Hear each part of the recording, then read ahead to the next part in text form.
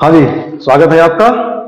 और फिर से आगे बढ़ रहे हैं और आज हम लोग एनर्जी मेथड पे काम कर रहे हैं। सिंपल हार्मोनिक मोशन करती हुई जो बॉडीज हैं उनका डिफरेंशियल इक्वेशन हम लोग आइडेंटिफाई करेंगे by the energy method. Previous lecture में हमने देखा था एक स्प्रिंग मास सिस्टम को। अब इस लेक्चर में हम एक देखेंगे कि how to solve a pendulum, with the help of energy method. बात फिर से कर लें, लॉ ऑफ एनर्जी कंजर्वेशन को हम यहाँ यूज करने वाले हैं। ये मेथड क्या कहता है कि total energy of A system will be constant. इस टोटल एनर्जी में हम कौन कौन सी एनर्जी लेने वाले हैं अपने वाइब्रेशन के क्वेश्चंस में। तो एनर्जी लेने वाले हैं काइनेटिक एनर्जी। काइनेटिक एनर्जी अगर मोशन लीनियर होगा बॉडी में तो होगा हाफ एम बी स्क्वायर, अगर मोशन एंगुलर होगा तो वो होगा half I omega square. V है linear velocity in metre per second and omega है angular velocity in metre per second, sorry in radian per second. ठीक है, और यहाँ पे आई क्या है? I is the mass moment of inertia. I को अगर हम लोग जनरलाइज करें तो आई की वैल्यू होती है M K square, where K is known as radius of gyration. ठीक है, तो ये बात हो गई। जब पोटेंशियल एनर्जी की बात होती है तो पोटेंशियल एनर्जी में कई बार दिखाई क्या पड़ता है कि एक मास अपनी हाइट गेन करता है। जैसे इस पेंडुलम में क्या होगा, ये मास यहां से यहां पहुंचेगा तो थोड़ी सी हाइट गेन करेगा। हाइट गेन करेगा तो यहाँ पे mgh आएगा। यहाँ कोई स्प्रिंग नहीं है तो ये स्प्रिंग वाली बात नहीं आएगी। लेकिन अगर सिस्टम में स्प्रिंग है, स्प्रिंग इलोंगेट होगी या कॉन्ट्रैक्ट होगी तो उस केस में उसमें स्ट्रेन एनर्जी डेवलप होगा। उसी स्ट्रेन एनर्जी को चाहे पोटेंशियल एनर्जी कहें और उसकी वैल्यू क्या होती है? हाफ के एक्स स्क्वायर। इसको हम प्रूव कर चुके हैं कुछ पिछले लेक्चर्स में, आप वहां जाकर देख सकते हैं। ठीक है, तो इस प्रिंसिपल के तहत इसमें काम करते हैं कि कैसा होने वाला है। हमारे पास यहाँ पे क्या दिखाई पड़ रहा है आपको बोर्ड पे कि एक पेंडुलम है। एक पेंडुलम जिसके नीचे एक छोटा सा मास लगा है, इसको बॉब कहते हैं। और इस बॉब का जो मास है m है और एक स्ट्रिंग है, इसका मास 0 होना चाहिए। मास 0 होगा और इसका लेंथ क्या है? l है। ठीक है, इसको हमने क्या किया, हमने इसको वर्डन करके मैंने अपने हाथों से इसको पकड़ के यहां तक ले आए। ये इसकी मैक्सिमम लिमिट है। इसको हमने उठा के यहां तक ले आए। यहां लाने के बाद जब यहां लाए तो क्या किया, मैंने वर्डन किया सिस्टम पे और वो मेरी एनर्जी इसके पास गई। कहां गई? इसके मेरे वर्डन करने से ये मास शिफ्ट होके यहां आ गया और जब यहां आ गया तो इसमें इतनी हाइट गेन हो गई। ये हाइट गेन हो गई तो इसमें एज ए पोटेंशियल एनर्जी यहां पे स्टोर हो जाएगी। ये इसकी मैक्सिमम लिमिट है। अब इसको मैंने यहां से रिलीज कर दिया। जब रिलीज कर देंगे तो यहां पे जो पोटेंशियल एनर्जी स्टोर है वो एनर्जी धीरे धीरे घटेगी। कहां जाएगी? बॉडी में वेलोसिटी आ जाएगी मास में और ये आगे बढ़ेगा। का पोटेंशियल एनर्जी या स्ट्रेन एनर्जी जहां कैसे कहा जाए, ये कन्वर्ट होगी काइनेटिक एनर्जी में और ये बड़ी तेजी से आगे बढ़ेगा। जब यहां पहुंचेगा तो ये मीन पोजीशन है, यहां काइनेटिक एनर्जी मैक्सिमम होगी और पोटेंशियल एनर्जी 0 हो जाएगी क्योंकि फिर से अपनी ही हाइट पे पहुंच गया। जहां से आया था वहीं फिर से पहुंच गया, हाइट 0 हो गई। फिर लेकिन यहां पे काइनेटिक एनर्जी रहेगी, ओवरशूट करेगा, फिर वापस जाएगा, यहां तक जाएगा। ये लोकेशन और ये लोकेशन बिल्कुल बराबर रहेंगे। बराबर रहेंगे क्यों रहेंगे? क्योंकि अभी भी सिस्टम हमारा क्या है? अनडैम्ड है, फ्री वाइब्रेशन है। अनडैम्ड का मतलब एनर्जी बाहर नहीं आएगी। जितनी एनर्जी यहां काइनेटिक एनर्जी थी उतना ही मैग्नीट्यूड, जितना एनर्जी यहां पोटेंशियल एनर्जी था उतना ही मैग्नीट्यूड यहां काइनेटिक के फॉर्म में होगा, फिर उतना ही कन्वर्ट होगा यहां पोटेंशियल के फॉर्म में होगा।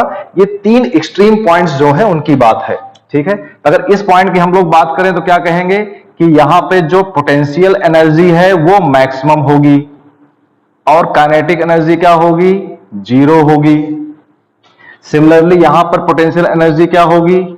मैक्सिमम होगी and kinetic energy will be 0। This is the equilibrium position. ये इसकी इक्विलिब्रियम पोजीशन है, मीन पोजीशन है। यहां पे क्या होगा कि पोटेंशियल एनर्जी 0 होगी बट काइनेटिक एनर्जी मैक्सिमम होगी, टोटली कन्वर्ट हो चुकी रहेगी। कहीं भी देखा जाए तीनों ही पोजीशन में टोटल एनर्जी उतनी ही होगी, जितनी यहां है उतनी यहां उतनी यहां। ये तो एक्सट्रीम पॉइंट्स की बात होगी। हमें इसका मोशन का डिस्प्लेसमेंट का मोशन डिस्प्लेसमेंट इक्वेशन निकालनी है। चलिए अब इसको छोड़ दिया, ऑसिलेट करने लगा। हमने किसी इंस्टेंट टाइम टी पे बात किया। किसी इंस्टेंट टाइम टी पे घटना घट रही थी कि उस वक्त ये बॉडी यहां पे थी, ये मास यहां पे था और वापस नहीं आ रहा था, आगे जा रहा था। आगे जा रहा था इसलिए यहां पे एरो ये लगाया गया। तो ये इसको कह रहे हैं कि इस मास का एंगुलर डिस्प्लेसमेंट कितना है, ये एंगल मान लेते हैं थीटा। तो इसको कह रहे हैं थीटा। एंगुलर डिस्प्लेसमेंट क्या हो गया? थीटा। उस वक्त ये बॉडी आगे जा रही थी, ठीक है, इसको हम पॉजिटिव साइन कन्वेंशन लेके चल रहे हैं। तो अगर ये एंगुलर डिस्प्लेसमेंट थीटा है तो एंगुलर वेलोसिटी क्या होगी, थीटा को टी के रिस्पेक्ट में डिफरेंशिएट करेंगे और उसे क्या लिखेंगे, थीटा डॉट। फिर एक्सेलरेशन क्या होगा, थीटा को टी के रिस्पेक्ट में डिफरेंशिएट करेंगे और उसे लिखेंगे थीटा डबल डॉट। तो this is the displacement, velocity and acceleration at any instant T, ठीक है। इस समय इसकी डिस्प्लेसमेंट थीटा है, इस समय इसकी आगे जाने की वेलोसिटी थीटा डॉट है और एक्सेलरेशन आगे जाने का थीटा डबल डॉट है।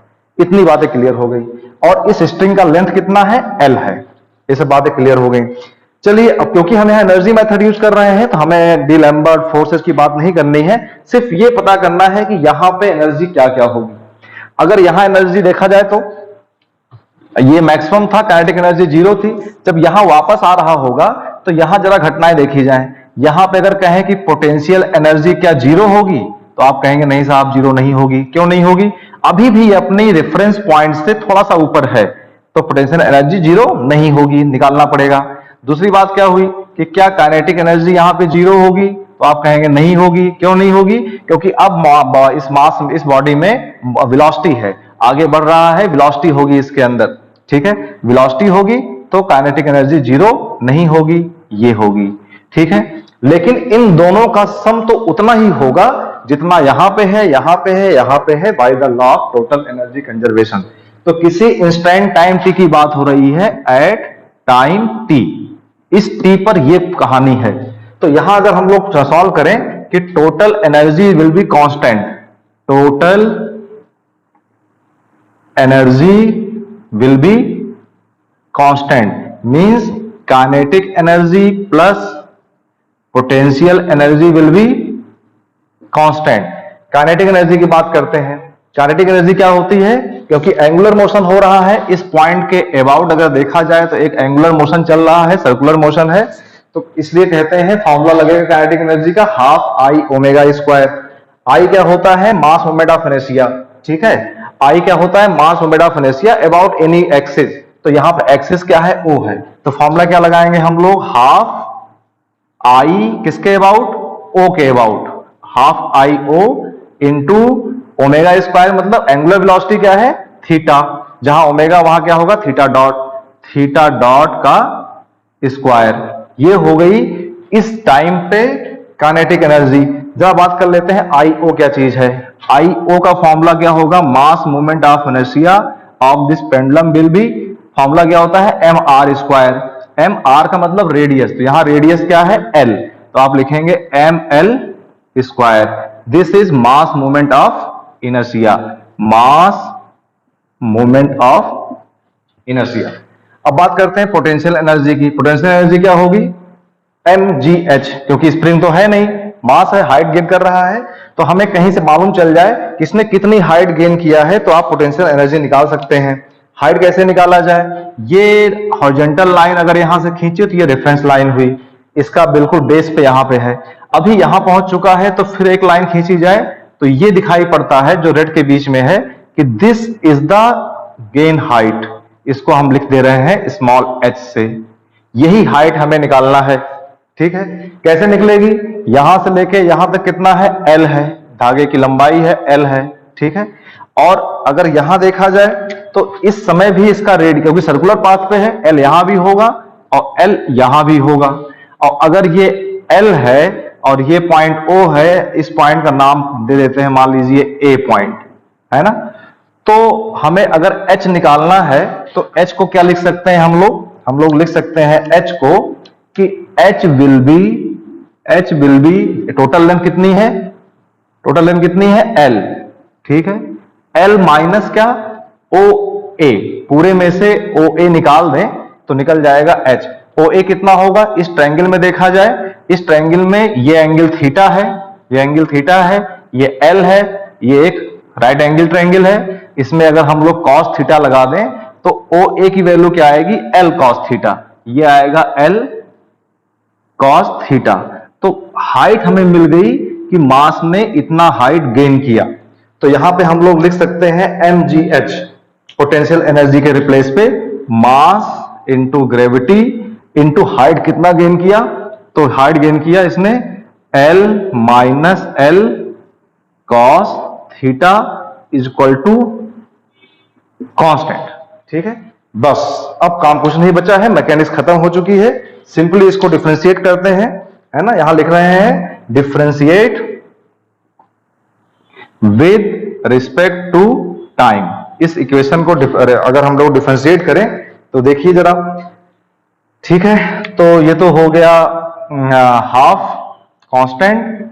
अच्छा, आई ओ की वैल्यू क्या है, एम एल स्क्वायर, मास भी कांस्टेंट है, एल भी कांस्टेंट है, तो आई ए के प्लेस पे लिख लेते हैं एम एल स्क्वायर, ये कांस्टेंट है। और इसको थीटा डॉट स्क्वायर को अगर डिफरेंशिएट करेंगे तो क्या आएगा, पहले तो आएगा 2 थीटा डॉट, फिर थीटा डॉट बचेगा, उसको फिर टी के रिस्पेक्ट में आप करेंगे तो आएगा थीटा डबल डॉट। ठीक है, ये सिंपल कैलकुलस है, इसमें कोई प्रॉब्लम वाली बात नहीं है। फिर आगे देखें तो यहां पे एम जी कांस्टेंट है, नो इशू। इसमें से एल कॉमन ले लेते हैं, वो भी कांस्टेंट आएगा, नो इशू। ब्रैकेट में आएगा 1 माइनस कॉस थीटा, 1 का डिफरेंशिएशन क्या होगा, 0, खत्म हो गया वो। अब बचेगा minus cos theta, cos theta का डिफरेंशियल क्या होगा, माइनस साइन थीटा, तो यहां आएगा साइन थीटा, और माइनस से ये माइनस खत्म हो जाएगा। फिर बचेगा थीटा, थीटा को जब हम लोग फिर से टी के रिस्पेक्ट में डिफरेंशिएट करेंगे तो आएगा थीटा डॉट। ठीक है, और कांस्टेंट को डिफरेंशियल करेंगे तो क्या आएगा, 0। ठीक है, इस टाइप की इक्वेशन हमारे सामने आ गई। जब देखते हैं बहुत सारे टर्म कैंसिल आउट होने वाले हैं।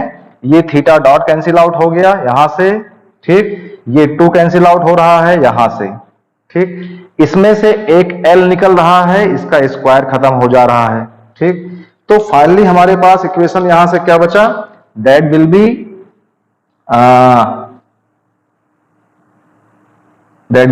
M L theta dot M L theta, अच्छा एम भी कैंसिल आउट हो जा रहा है, M L theta dot plus M G sine theta equal to 0। ठीक है, एम भी कैंसिल आउट हो रहा है, तो यहां दिखाई क्या पड़ रहा है, अच्छा इतना हो गया। उसके अलावा साइन थीटा टर्म है। हाँ, ये बात हुई है प्रीवियस लेक्चर्स में कि जो भी ऑसिलेशन हम लोग ये प्रूफ कर रहे हैं, it is valid only for small displacement. ऐसा नहीं है जिसको बहुत दूर तक हैंग करके इसको झुलाएं तो ये प्रूफ होगा। ये थीटा बहुत छोटे एंगल के लिए रिजल्ट अच्छे आते हैं, तो रिजल्ट सही आते हैं, एरर नहीं आती है। तो theta must be very small, angular displacement must be very small. तो क्या कहना चाह रहे हैं कि theta is very small. If theta is very small तो क्या कहेंगे कि साइन थीटा विल भी क्या हो जाता है ट्रिग्नोमेट्री के हिसाब से, थीटा। अगर थीटा बहुत छोटा है तो साइन थीटा को हम लोग थीटा लिख सकते हैं।